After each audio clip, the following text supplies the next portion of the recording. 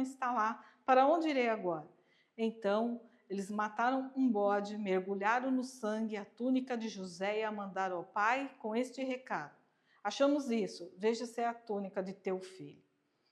Ele a reconheceu e disse: é a túnica do meu filho. Um animal selvagem o devorou. José foi despedaçado. Então Jacó rascou suas vestes, vestiu-se de pano de saco e chorou muitos dias por seu filho. Todos os seus filhos e filhas vieram consolá-lo, mas ele recusou ser consolado, dizendo: não, chorando, descerei à sepultura para junto do meu filho. E continuou a chorar por ele. Nesse meio tempo, no Egito, os midianitas venderam José a Potifar, oficial do faraó e capitão da guarda. Uma das coisas que tem aqui, assim, você viu que Jacó rasga suas vestes e veste-se de pano de saco. Isso é o costume dos hebreus, né, de quando eles estão passando por luto, por algumas dificuldades, quando eles estão passando por chateação, eles rasgam as vestes por raiva, eles rasgam as vestes. No caso do luto, eles se vestem de pano de saco e jogam cinza na cabeça. Do pó eu vim, do pó retornarei, né? Essa é a analogia. E o vestir-se de pano de saco é a questão da humildade, né, de estar se humilhando, né, na presença de Deus. Então, por isso que eles fazem isso. Né? Jacó foi enganado com uma roupa, né? Assim como enganou Isaac. Né? É mesmo. Jacó foi enganado com uma roupa, quer dizer, mas olha a mente dos irmãos, né? Onde vai a questão dos ciúmes, e não só dos ciúmes, da inveja. Mas eles venderam apenas unicamente por conta dos ciúmes? Eles venderam. Não, porque assim, eles achavam o José metido, né? Como é que tem 2 sonhos seguidos? E assim, você acha que nós somos os mais velhos e você é um dos mais novos, nós vamos nos curvar diante de você?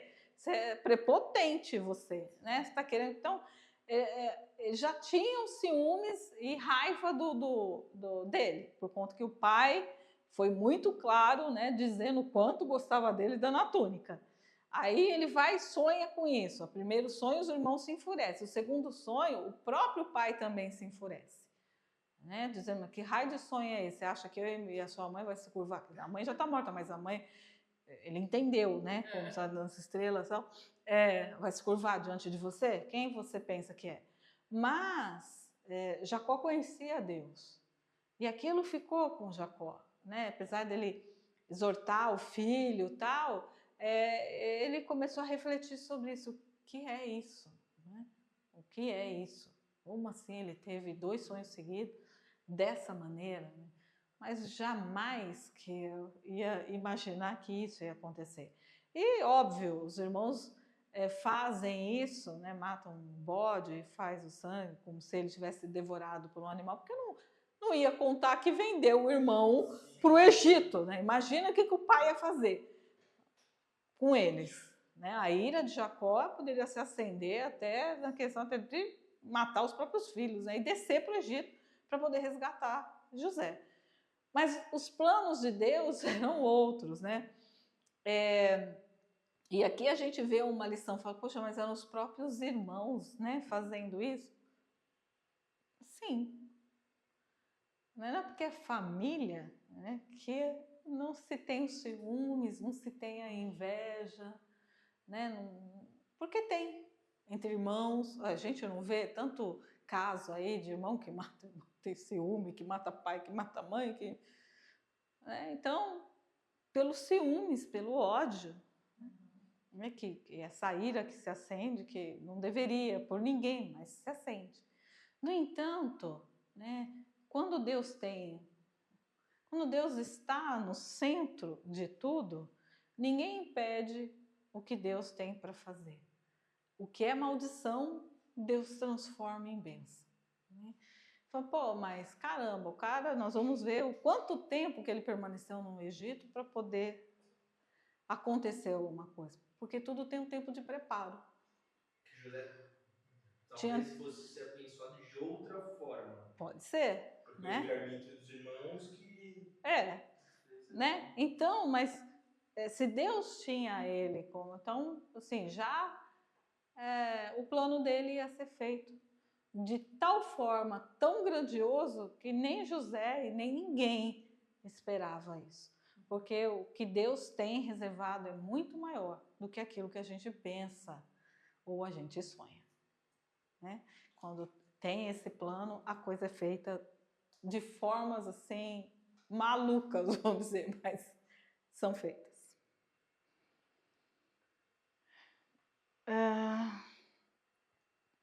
Onde nós estamos, então?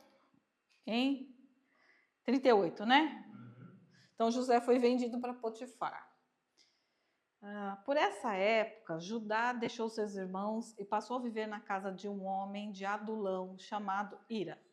Ali, Judá encontrou a filha de um cananeu chamado Suá e casou-se com ela. Ele a possuiu, ela engravidou e deu à luz um filho, ao qual ele deu o nome de Er. Tornou a engravidar e teve um filho e deu o nome de Onã. Quando estava em Quezique, ele teve ainda outro filho e chamou Selá. Judá escolheu uma mulher chamada Tamar para Er, seu filho mais velho. Mas o Senhor reprovou a conduta perversa de Er, filho mais velho de Judá, e por isso o matou. Então Judá disse a Onã: casa-se com a mulher do seu irmão, cumpra suas obrigações de cunhado para com ela e dê a sua descendência a seu irmão. Mas Onã sabia que a descendência não seria sua. Assim, toda vez que possuía a mulher do seu irmão, derramava o sêmen no chão para evitar que seu irmão tivesse descendência. Olha como eles eram terríveis entre eles, né? O Senhor reprovou o que ele fazia e por isso o matou também. Disse então Judá a nora Tamar: more como viúva na casa de seu pai, até que o meu filho Selá cresça, porque temia que ele viesse a morrer com seus irmãos. Assim, Tamar foi morar na casa do pai. Tempos depois morreu a mulher de Judá, filha de Suá. Passado o luto, Judá foi ver os tosqueadores do seu rebanho em Tina, com o seu amigo Ira, o Adulamita. Quando foi dito a Tamar: seu sogro está a caminho, e Tina, para tosquear suas ovelhas, ela trocou suas roupas de viúva, cobriu-se com um véu para se disfarçar e foi sentar-se à entrada de Enaim, que fica no caminho de Tina. Ela fez isso porque viu que, embora Selá fosse crescido, ela não tinha sido dada em casamento. Quando a viu, Judá pensou que fosse uma prostituta, porque ela havia encoberto o rosto. Não sabendo que era sua nora, dirigiu-se a ela à beira da estrada e disse: venha cá, quero deitar-me com você. Ela lhe perguntou: o que você me dará para deitar-se comigo? Disse ele: eu lhe mandarei um cabritinho do meu rebanho. E ela perguntou: você me deixará alguma coisa como garantia até que eu mande? Disse Judá: que garantia eu devo dar-lhe? E ela respondeu: o seu selo com o cordão e o cajado que você tem na mão. Ele os entregou e a possuiu, e Tamar engravidou dele. Ela se foi, tirou o véu e tornou a vestir as roupas de viúva. Judá mandou o cabritinho por meio de seu amigo Dalanita, a fim de reaver da mulher sua garantia, mas ele não a encontrou. E perguntou aos homens do lugar: onde está a prostituta cultual que costumava ficar à beira do caminho de Enaí? E eles responderam: aqui não há nenhuma prostituta cultual. Assim ele voltou a Judá e disse: não encontrei. Além disso, os homens do lugar disseram que lá não há nenhuma prostituta cultual. Disse Judá: fique ela com o que lhe dei. Não quero que nos tornemos objeto de zombaria. Afinal de contas, mandei a ela este cabritinho, mas você não encontrou. Cerca de 3 meses mais tarde, disseram a Judá: sua nora Tamar prostituiu-se e na sua prostituição ficou grávida. Aí, né? Coça a cabeça. Como assim, né? Disse Judá: tragam-na para fora e queime-a viva. Quando ela estava sendo levada para fora, mandou o seguinte recado ao sogro: estou grávida do homem que é dono dessas coisas. E acrescentou: veja se o Senhor reconhece a quem pertence esse selo, esse cordão e esse cajado. Judá os reconheceu e disse: ela é mais justa do que eu, pois eu devia tê-lo entregue a meu filho Selá. E não voltou a ter relações com ela. Quando lhe chegou a época de dar à luz, havia gêmeos em seu ventre.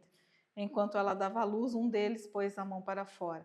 Então a parteira pegou um fio vermelho e amarrou o pulso do menino, dizendo: este saiu primeiro. Mas quando ele recolheu a mão, seu irmão saiu e ela disse: então você conseguiu uma brecha para sair. E deu-lhe o nome de Pérez. Depois saiu seu irmão que estava com um fio vermelho no pulso e foi-lhe dado o nome de Zerá. São umas coisas assim que você fala: meu Deus, que tempo é esse, né? É um tempo estranho. É um tempo estranho, onde tudo podia tudo. Por isso que lá na frente, no Êxodo, Deus então dá a ordem a Moisés para fazer os mandamentos, né? As leis. Porque o negócio era meio bagunçado. Então lá. E aí José está na casa de quem? De Potifar, vendido pelos irmãos, né? Foi ser escravo na casa de Potifar, no Egito, né? Quem era Potifar? Potifar era como se fosse um general, um oficial da guarda do rei, do faraó. José havia sido levado para o Egito, onde o egípcio Potifar, oficial do faraó e capitão da guarda, comprou-o dos ismaelitas que tinham levado para lá. O Senhor estava com José, de modo que este prosperou e passou a morar na casa do seu senhor egípcio. Como assim?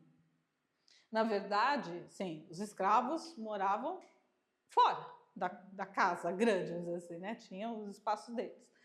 Mas José era tão abençoado e fez as coisas prosperarem ao redor dele, todos prosperarem, que Potifar colocou ele para dentro da casa, para ele ser como fosse um mordomo da casa, né? Então ele estava dentro da casa. Quando este percebeu que o Senhor estava com ele e que o fazia prosperar em tudo o que realizava, agradou-se de José e tornou-o administrador de seus bens. Potifar deixou a seu cuidado a sua casa e lhe confiou tudo o que possuía. Desde que o deixou cuidando de sua casa e de todos os seus bens, o Senhor abençoou a casa do egípcio por causa de José. A bênção do Senhor estava sobre tudo o que Potifar possuía, tanto em casa como no campo.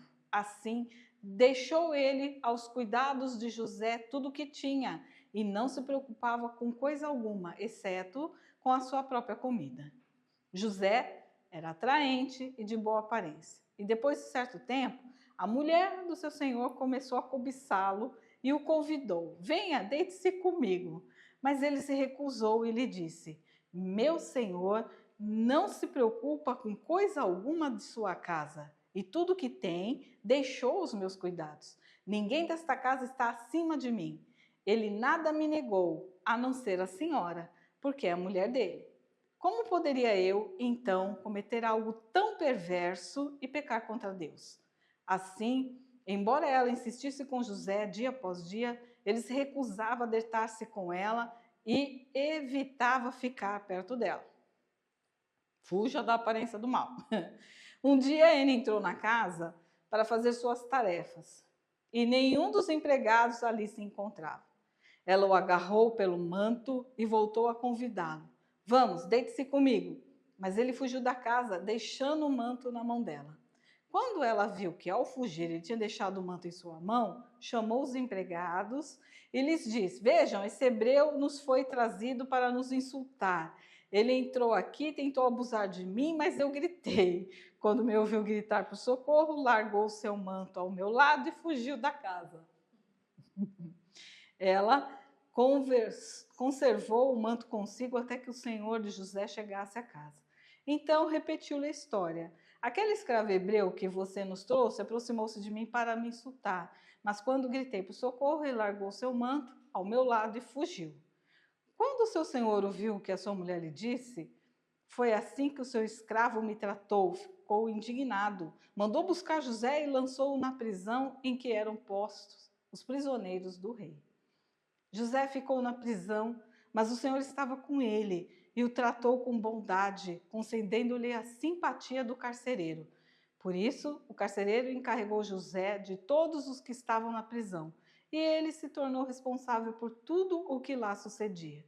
O carcereiro não se preocupava com nada do que estava a cargo de José, porque o Senhor estava com José, ele concedia bom êxito em tudo que realizava. Na verdade, Potifar poderia matar José, né? Em caso de traição, assim, de escravo, na verdade eles matavam. Mas ele conhecia José, né? E provavelmente conhecia a mulher dele também. Então, assim, ele poupou a vida de José, só que ele não podia continuar com José, né? Porque como é que ia ficar a reputação dele, né?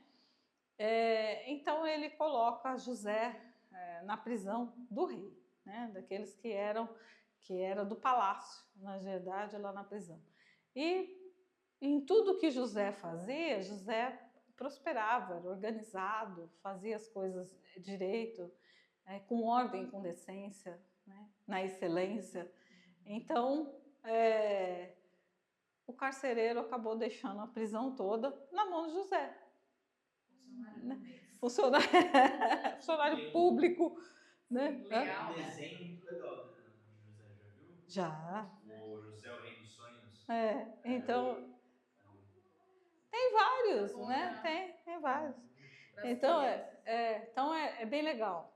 Tem uma plataforma que é de desenho bíblico. Não vou lembrar agora. Eu acho que eu passei uma vez para vocês.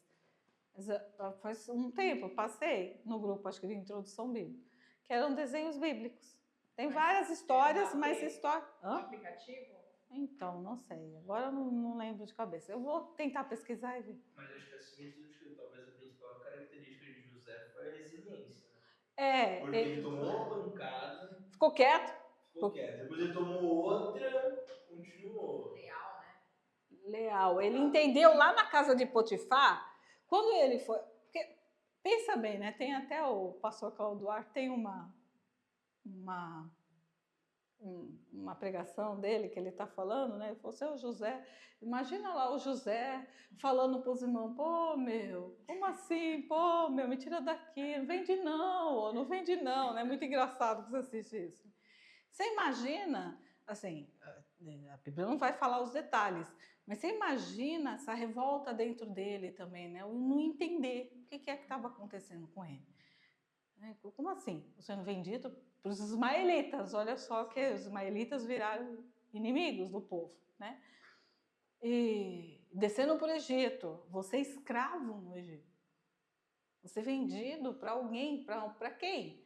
Porque os escravos eram para construir as coisas, né? Levavam as chicotadas, vai para fazer as pirâmides, para fazer escravo. Era o filho do papai, né? Era o filhinho de papai ainda. Então, imagina, era o cuidado, todo cuidado, né? Então, eu falei, peraí. Só que lá na casa de Potifar, né, assim, mais uma vez, quando Deus tem o propósito dele, por mais que você está passando os perrengues, Deus está ali junto com você. Né?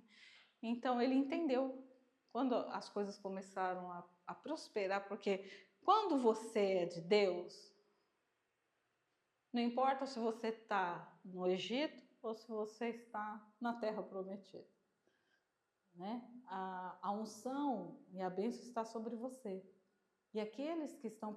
Deus prosperou Potifar, porque Potifar deu essa oportunidade, na verdade, o comprou.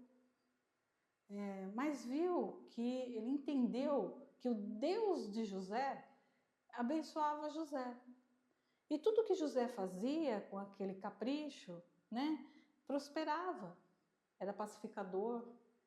Né? E ele bota José para dentro de casa. Então José entende que Deus está com ele. Só não sabe do propósito. Sim, verdade. Eu acho que ele tinha muito essa certeza, né? Deus está comigo. Só não estou entendendo o que ele quer comigo. Uma hora eu vou entender. Né? Porque eu fui livre, por exemplo. Os ismaelitas, quando compraram, poderiam ter matado. Ele era hebreu. Eram povos inimigos. Né? E por que eram povos inimigos? Porque vem da linhagem de Ismael, primeiro filho de Abraão.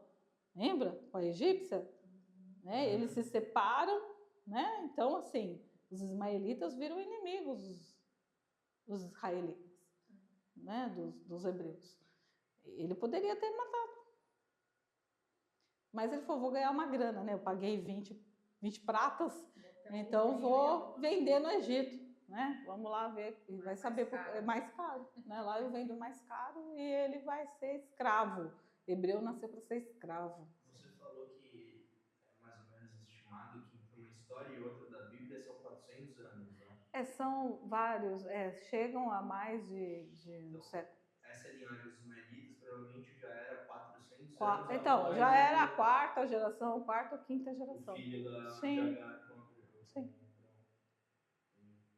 Né? Porque, olha só, né, Isaac morre com 180 anos. Então, aí já são 180 anos.